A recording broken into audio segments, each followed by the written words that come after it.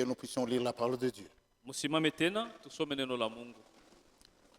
Nous allons lire notre écriture que nous avons lue hier en Romains chapitre 10, Tutasoma andiko yetu ya jana mu Waroma sura ya 10 depuis le verset 13 jusqu'au verset 17. mstari wa 13 mpaka 17. Cette fois-ci, nous lisons 3 versets Hapa tutasoma maandiko 3 et vous allez vous asseoir. na mutaikala mistari Et nous 3 continuons à lire la parole de Dieu. na tutaendelea kusoma neno la Mungu. Car quiconque invoquera le nom du Seigneur sera sauvé. Kwa maana yeyote atakayeita jina ya Bwana ataokolewa. Comment donc invoqueront-ils celui en qui ils n'ont pas cru, et comment croiront-ils en celui dont ils n'ont pas entendu parler? Je wataita mwenye ndani yake abakuamini na watamini je ndani yake kama abakusikia kubahubiri kuhusu yeye? Et comment en entendront-ils parler s'il n'y a personne qui prêche? Watabahubiri je, watasikia je habari yake kama kuna mtu wa kubahubiri? Et comment y aura-t-il de prédicateurs s'ils ne sont pas envoyés selon qu'il est écrit? Na kutakuwa wahubiri je kama wakutumwa sawa sawa na vile inaandikwa? Qu'ils sont beaux les pieds de ceux qui annoncent la paix, de ceux qui annoncent des bonnes nouvelles. Iko ya dhamani sana miguu ya wale wako natangaza salama na wale wako natangaza habari njema. Vous devriez déjà vous asseoir. J'ai dit 3 versets. Vous Unaweza devez vous kukala. asseoir. Nous continuons. Tunaendelea. Mais tous n'ont pas obéi à la bonne nouvelle. Lakini wote hawakutii habari njema. Aussi Esaïe dit-il, Ndipo Isaya naye anasema, Seigneur, qui a cru à Bwana, notre prédication? ni nani aliamini mahubiri yetu? Ainsi, la foi vient de ce qu'on entend, Hivi imani inatoka kwa maneno tunayosikia, et ce qu'on entend vient de la parole de na Christ. maneno tunayosikia ni maneno ya Kristo. Nous avons parlé hier Jana tulisemea que nous nous concentrons sur le verset 17, kusema tutabakia sana pa hii mstari wa 17 où on a parlé de la foi. wale tulisema juu ya imani. La foi qui vient lorsque l'on entend la parole de Christ. Imani yenye kuja wakati tunasikia neno ya Kristo, La vérité kweli qui se trouve dans la parole de Dieu, yenye kwa neno la Mungu, qui se trouve dans la Bible. yenye kwa Biblia. Et nous avons parlé, il y a beaucoup de choses que les hommes entendent. Tulisema kusema kuko vitu mingi batu be unasikia. Ils peuvent entendre des fables, Wanaweza kusikia mahistoria, mahadisi, ils peuvent entendre des romans et beaucoup tant de choses. wanaweza kusikia vitabu na vitu vingine. Mais ce n'est pas ce qu'il s'agit ici. Haina bile jobi kunaleta imani. Ici, il s'agit de la parole de Dieu. Neno ya Mungu joy kunaleta imani. La parole qui se trouve dans la Bible. Neno yenye kwa mu Biblia. La Bible que j'ai demandé qu'il fallait que nous puissions posséder. Nilisema kila mtu anapasha kuwa na Biblia yake. Parce que c'est là où se trouve le plan de Dieu. Juu mu Biblia jo muko mapu ya Mungu. C'est là où se trouve la sagesse, Mu Biblia l'intelligence de Dieu. muko hekima na akili ya Mungu. C'est là où se trouvent les pensées de Dieu. Mu Biblia jo muko mawazo ya Mungu. Vous savez, les pensées des hommes ne sont pas les pensées de Dieu. Mawazo ya batu inachana na mawazo ya Mungu. Ni les voies des hommes ne sont pas les voies de Dieu. Manjia ya batu nayo inachana na manjia ya Mungu. Dieu a ses pensées, Mungu eko na mawazo yake, Dieu a ses voies. Mungu eko na manjia yake. C'est pourquoi il a couché cela dans cette Bible. Jo kwa maana mawazo yake aliandika mu Biblia. Et il a utilisé des serviteurs Alitumia batumishi pour qu'ils puissent parler chacun à son époque. ili bapate kuhubiri kila mtu wakati yake. Et cela a fait qu'on a pu prendre tout, le regrouper et faire ce qu'on appelle la Bible. Na biote vile balitangaza balibichanga pamoja jo binatunga Biblia. Ça renferme les Écritures saintes. Mu Biblia muko maandiko takatifu. Et ces Écritures saintes, Na hii maandiko takatifu c'est la vérité. ni ukweli. Et cette vérité, Na hii ukweli c'est ce qui suscite la foi en nous. jo iko naleta imani ndani yetu. Il est dit dans Jean chapitre 1, premier verset, Yohane sura ya kwanza mstari wa kwanza, qu'au commencement était la parole, sema katika mwanzo alikuwa neno, la parole était avec Dieu, naye neno alikuwa pamoja na Mungu, et la parole est Dieu. naye neno alikuwa Mungu. Donc quand vous écoutez la parole de Dieu, Ukisikia neno la Mungu, vous écoutez Christ. ni Kristo uko nasikia. Parce que Jésus disait, Kwa maana Yesu alikuwa anasema, moi et Dieu, nous sommes un. mimi na Baba tuko mmoja. Qui me voit moi, il voit le Unaniona, Père. anamuona Baba. Donc on ne pouvait pas aller chercher autre chose ailleurs. Abakuweza kwenda mtafuta Baba fazi ingine.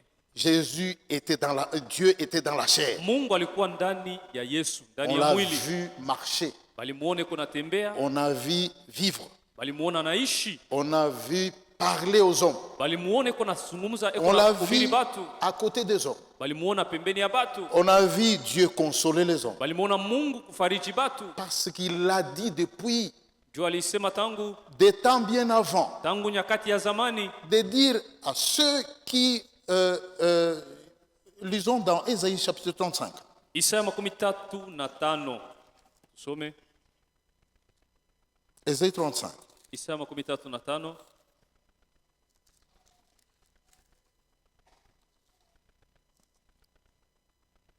Au verset 3, Mstari wa 3. nous lisons ceci.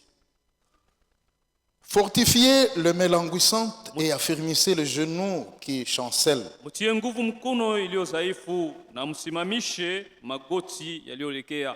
Dites à ceux qui ont le cœur troublé, Mwambie walio na mioyo ya woga, prenez courage, kae na nguvu, ne craignez point. msiogope. Voici votre Dieu, Tazama Mungu wenu la vengeance viendra. atakuja na kisasi, La rétribution de Dieu, na malipo ya Mungu il viendra lui-même atakuja yeye mwenyewe et vous sauvera. na kuwaokoa nyinyi. Si Dieu a pu prendre le corps, Kama Mungu alivala mwili, c'était pour venir nous sauver. ni juu ya kuya kutuokoa, Et nous avons vu ce qu'il a fait na tuliona kazi alifanya sur la croix de Golgotha. pa msalaba wa Golgotha. Il a donné en sacrifice Alijitoa kama sadaka, son corps. alitoa mwili wake kama sadaka. Ce corps était saint. Ile mwili ilikuwa takatifu, Ce corps était irréprochable. ni mwili bila kemeo. En Bila kosa. Jésus, il n'y avait pas de péché. Ndani ya Yesu hamuna dhambi. Alors, il l'a donné pour toi. Alijitoa juu yako, Il l'a donné pour moi. alijitoa juu yangu. Lui qui n'avait pas d'impureté en lui. Ye ula kukuwa na uchafu ndani yake. Et c'est pourquoi, Najua kwa maana mon frère et ma soeur, ndugu na dada, c'est une bonne chose à croire à cet homme kuamini Yesu ni kitu mzuri. qui est mort à ta place et qui est mort à ma place. Alikufa pafazi yangu na pafazi yako, Parce que nous méritions la mort. juu shi tulistahili kufa. Et d'ailleurs, quand l'homme a péché, Wakati mtu alifanya dhambi, il a été chassé dans la présence de Dieu. alifukuzwa mbali na uwepo wa Mungu. Et il ne pouvait plus y avoir la communion entre l'homme et Hakuwezi Dieu. tena kushiriki pamoja na Mungu. Mais ce Dieu d'amour, Lakini huyu Mungu wa upendo il a voulu encore réconcilier l'homme alipenda tena kupatanisha mtu avec lui. na yeye, Et c'est par Jésus-Christ. na ni kupitia Yesu Kristo. Parce qu'il est dit dans Jean chapitre 3, verset 16, Yumo Yohane sura ya 3 mstari wa 16, nous allons les lire. tunaweza kusoma.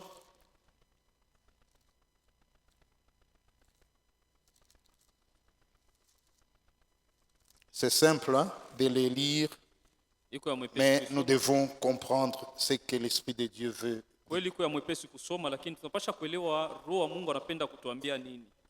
Car Dieu a tant aimé le monde Kwa maana Mungu alivyopenda ulimwengu qu'il a donné son Fils unique hata akamtoa mwana wake wa pekee, afin que quiconque croit kusudi yeyote atakayemwamini, en lui yeyote atakayemwamini ne périsse point, asipotee kamwe, mais qu'il ait la vie éternelle. lakini apate uzima wa Donc milele. c'est Jésus Yesu qui donne la vie éternelle ni yeye eko naleta uzima wa en milele le croyant en lui. wakati unamwamini yeye. Et il a donné ce privilège à tout le monde. Na hii neema alileta juu ya watu Tous wote, dans ce monde bote mui dunia devraient croire Banapa- au Fils de Dieu. banapasha kumwamini mwana wa Mungu, Ils devraient croire en Jésus-Christ wanapasha kumwamini pour Yesu qu'ils Kristo puissent avoir la vie éternelle. ili bapate uzima wa milele. Mais ce n'est pas pour autant que nous voyons des gens croire à d'autres personnes. Haizuru ile batu abamini bengine wanaamini vitu Et vingine, depuis qu'ils ont cru à ces na personnes-là, tangu baliamini vile vitu nous ne voyons pas un changement dans leur vie. maisha yao ibadilike. Mais il y a un homme, Lakini kuko mutu celui-là qui a vaincu la mort. ule alishinda lufu, Il a été mis à mort, aliuawa, mais 3 jours après, il est ressuscité. kisha siku tatu akafufuka. Et ce sont seulement ceux qui ont cru en lui, Ni paka tu bale banamwamini qui yeye, l'ont vu bale balimuona, et qui partageaient avec lui encore la parole. bale balikuwa na shiriki naye pamoja kando ya neno. Mais il ne les a pas laissés comme ça. Akubaacha bule, Il a donné une promesse alibapatia malako pour qu'ils puissent attendre le consolateur. ili bamuchunge mfariji. Il les a fait voir qu'il était le Père. Alibaonesha kusema baba ni yeye, Il est notre Père. yeye ni baba Il wetu, est Dieu. ni Mungu wetu. Et c'est pourquoi Jo kwa maana ceux qui ont été fidèles à lui bale balikuwa baminifu kwake devraient aller à la chambre haute balipasha kwenda kukusanyika mchumba ya juu à Jérusalem Yerusalema, pour attendre ce consolateur. juu bachunge Ils mfariji. n'ont pas fait longtemps. Akugawia Mais comme c'était la promesse, sa vile ilikuwa malako, Dieu tient toujours à sa promesse. Mungu anatimizaka malako yake, Il est fidèle à sa parole. eko mwaminifu pa kila alisema. Après sa montée, Kisha yeye kupanda kumbingu, 10 jours après, siku 10 kisha Jésus, le Saint-Esprit est descendu. Roho Mtakatifu alishuka, Tous étaient ensemble. wote balikuwa pamoja, Tous avaient un seul but. balikuwa na shaba moja, Leur but était d'attendre le Saint-Esprit. ilikuwa ni kungojea Roho Mtakatifu. Ils étaient d'un seul cœur. Wote balikuwa pamoja, moyo Ils n'avaient moja. pas de pensée partagée. Kila mtu akuwa na mawazo yake, Tous attendaient ce que le Seigneur a dit. wote balikuwa nachunga malako ya Bwana. Comme ils étaient dans un même esprit, Sasa vile balikuwa katika roho moja d'entendre une chose que Jésus-Christ a na promis, balikuwa nachunga kitu moja kile Yesu alilaka, ils ont tous eu cela. wote waliipokea, Et walipokea. personne dans la salle n'a manqué. Hakuna mtu hata mmoja mchumba C'est alikosa pourquoi, kupokea Roho ma Mtakatifu. soeur et mon frère, Jo, kwa maana ndugu na dada, il est très important iko ya mafaa sana que Dieu puisse nous aider Mungu atusaidie afin que nous puissions avoir ce Saint-Esprit. ili tupokee ule Roho Mtakatifu, Pour que ce Saint-Esprit puisse nous aider ili Roho apate kutusaidia dans notre vie. mu maisha yetu. Je ne sais pas pourquoi Dieu a voulu que je puisse parler ainsi. Sijue jua nini Mungu anapenda niseme hivi, C'est très important, ni ya mafaa sana car il n'y a pas un hasard auprès de Dieu. juu Mungu afanyake vitu bule hivi tu. Dieu n'est pas habituel. Mungu abamuzoe yake, On ne peut pas programmer Dieu. hawezi kusema atasema hivi Mais na c'est vile. Dieu qui nous programme. Mungu ako natutayarisha sheye Parce que dans la parole de Dieu, juu muneno ya Mungu nous ne suivons que le chemin que Dieu a déjà tracé. tunafuataka njia tu ile Mungu Tout est déjà préparé. vyote viko tayari. Il suffit maintenant que l'Esprit de Dieu Roho wa Mungu sasa descende dans les Écritures anapasha kushuka et maandiko fait sa volonté. na kufanya mapenzi Pas yake, ma volonté à na moi, mapenzi yangu ni mimi ta volonté, au mapenzi mais yako, la volonté de Jésus-Christ. lakini mapenzi La ya volonté Yesu de Kristo, Dieu. mapenzi C'est ce ya qui est nécessaire. juu ya Et mafaa. pendant ce temps que nous Na parlons, mwi wakati Dieu tunaongea, fait son œuvre. Mungu ako nafanya kazi yake. Dieu est à côté de toi. Mungu ako pembeni yako, Dieu est au milieu de nous. eko katikati yetu. Comme il est dit en Matthieu, Ila nasema Mathayo, que si 2 ou 3 kama s'assemblent, wawili au watatu je wanakusanyika, suis au milieu niko katikati yabo. d'eux. Hébreux chapitre 11, Waebrania 11 verset 6, mstari wa 6 nous allons lire. tutasoma. Dieu nous aime, Mungu anatupenda, il veut nous consoler anapenda kutufariji dans sa parole.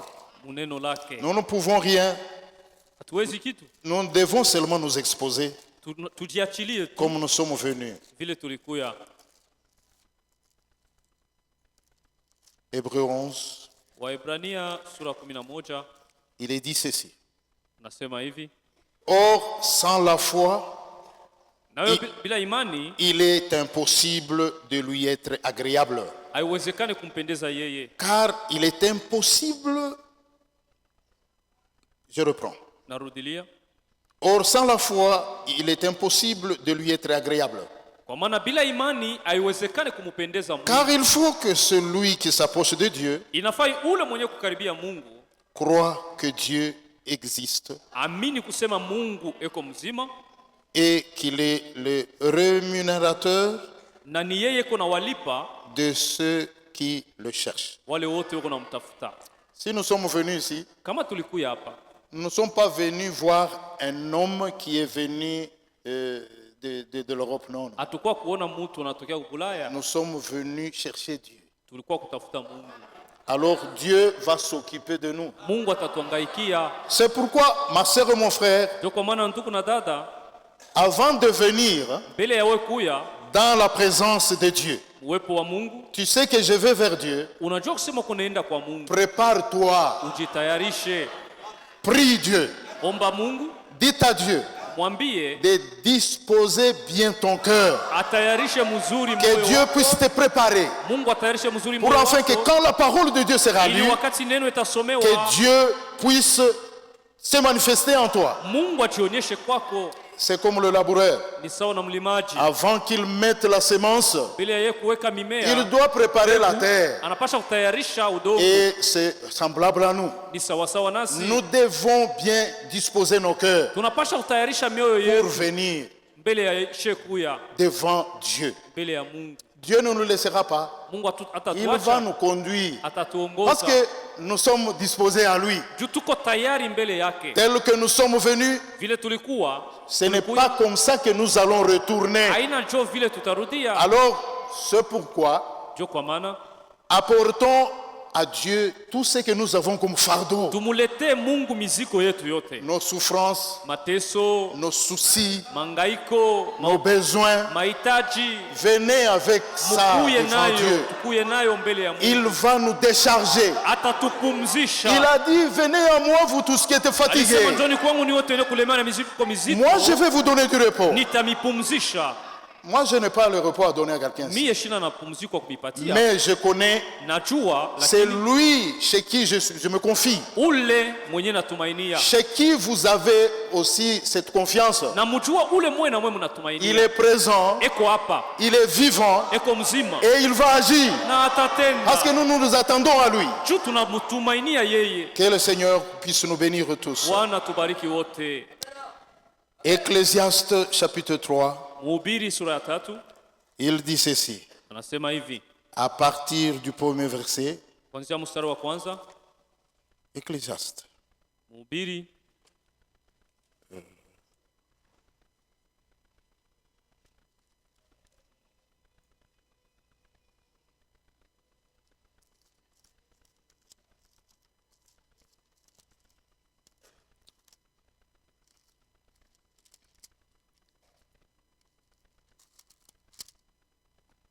Nous avons parlé hier sur ce que les gens entendent. jana tulisemea juu ya maneno batu beko nasikia.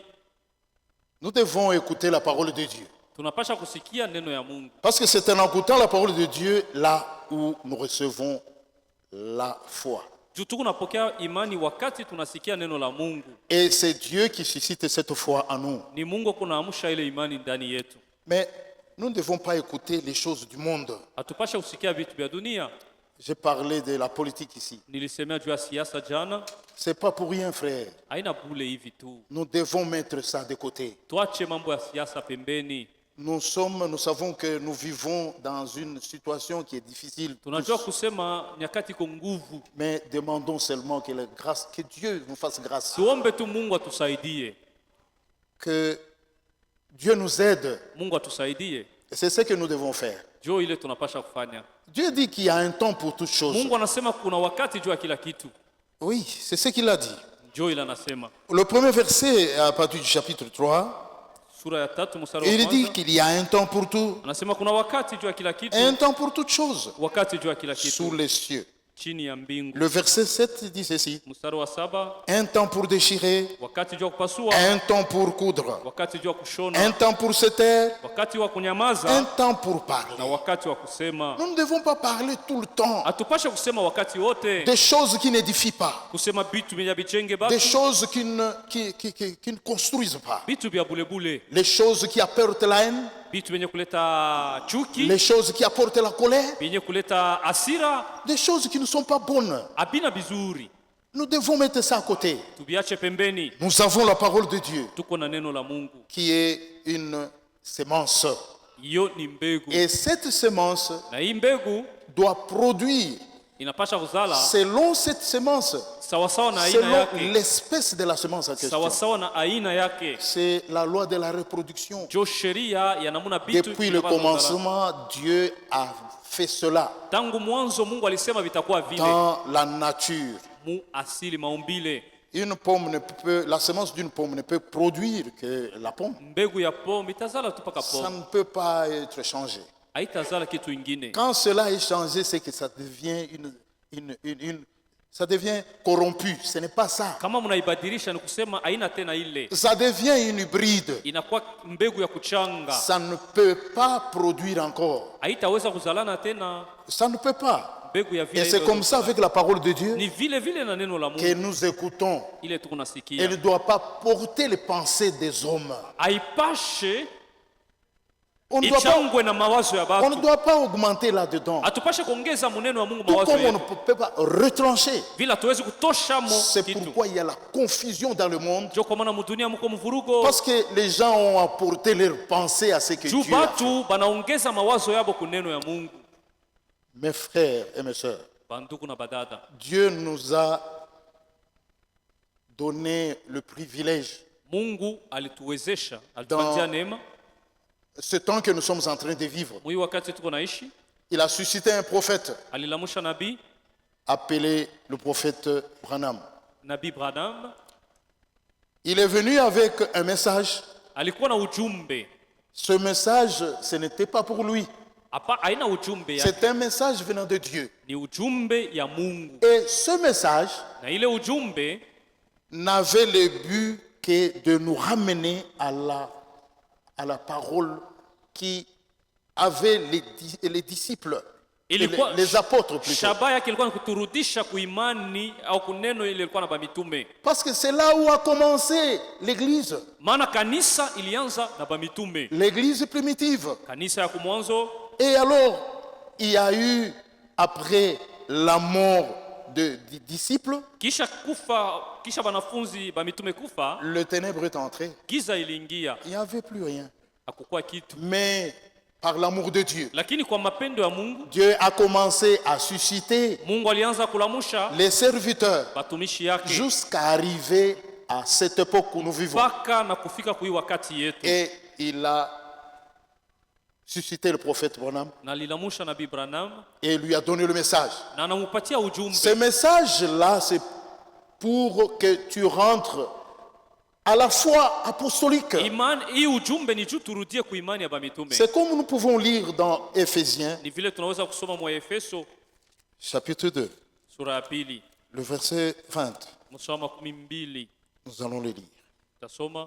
Ce sont les écritures que nous lisons chaque fois, Ni maandiko tunasomaka kila wakati, mais nous devons nous attendre à ce que Dieu nous dit. na tunapasha Nous attendre à ce que Dieu nous dit. kuchunga Mungu aseme nasi. Éphésiens chapitre 2, Waefeso sura ya pili verset 20. mstari wa 12. Vous avez été édifiés sur le fondement des apôtres Mumejengwa juu ya msingi wa mitume et de prophètes.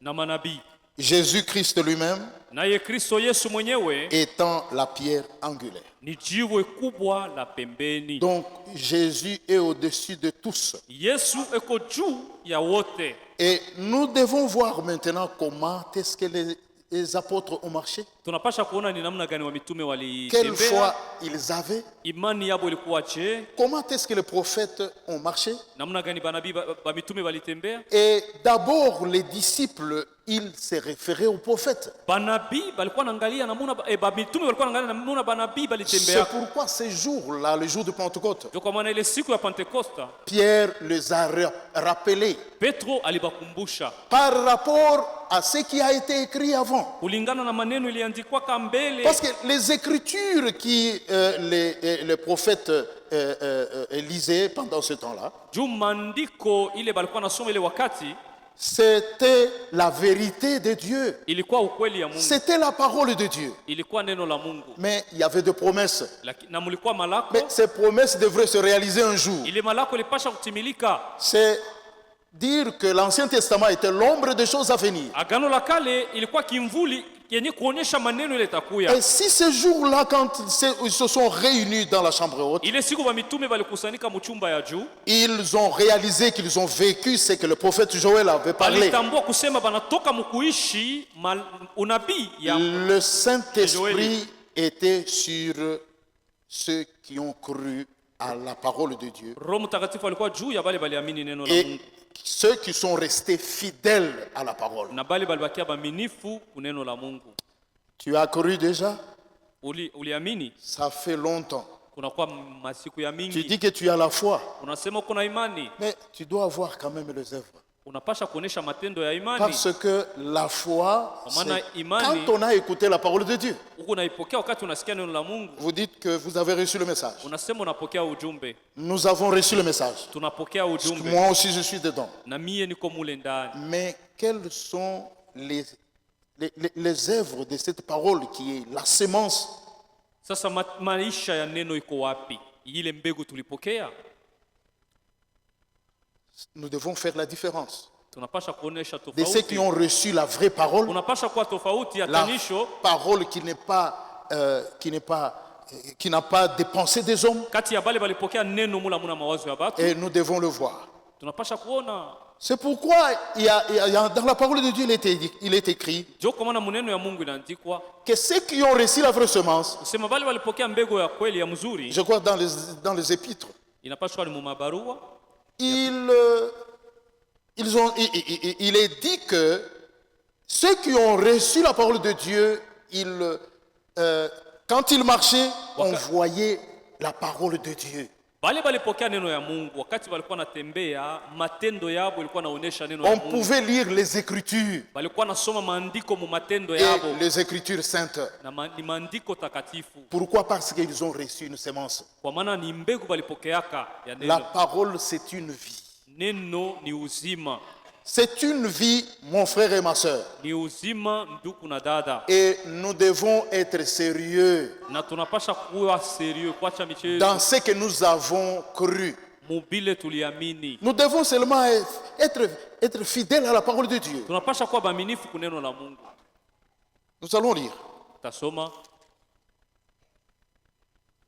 Romains chapitre 1er. Waroma sura ya kwanza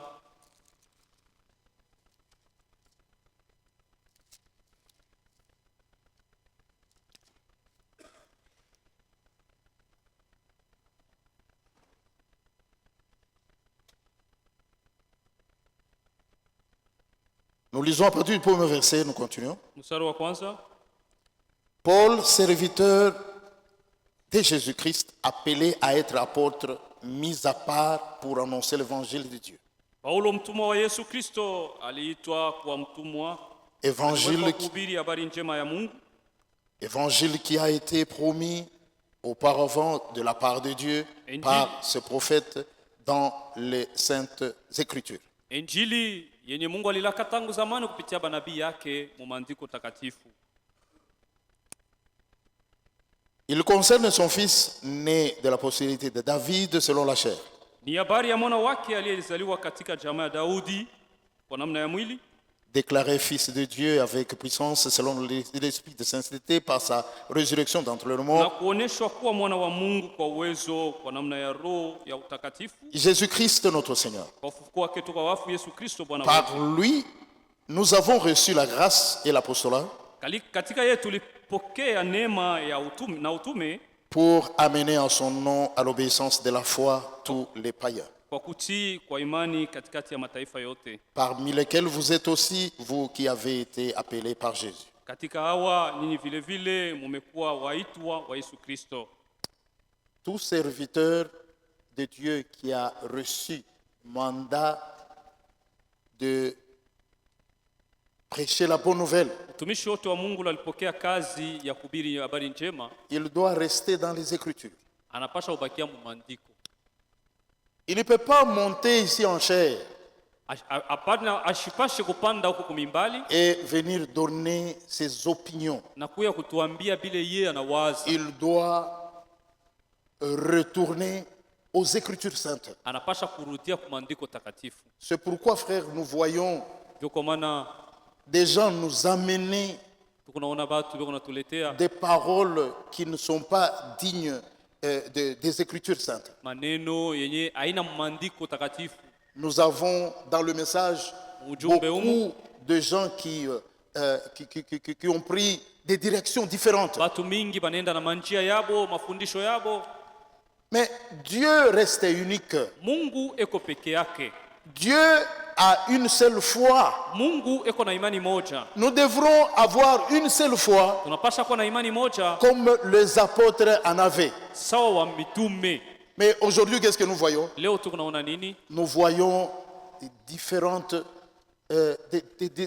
groupes Tunaona makundi ya kuachana et qui ont des différentes manières à parler du message du temps de la fin. na kila batu beko nasemea munamuna yabo mambo ya ujumbe. Et comme vous les connaissez, Vile munawajua ils sont beaucoup.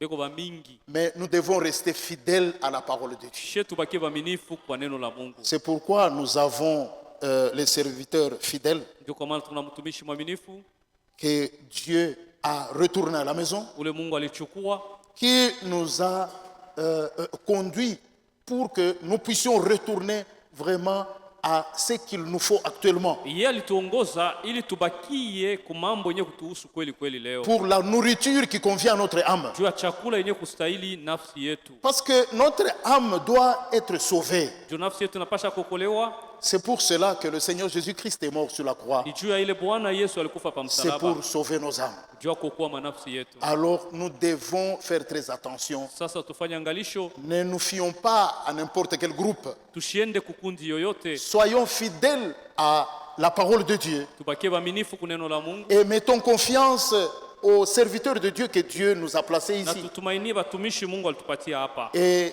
Dieu va leur donner la nourriture qu'il faut pour que nous na soyons bien Mungu conduits. atawapatia chakula inayofaa ili tuongozwe Que vizuri. le Seigneur nous bénisse tous. Bwana atubariki bote.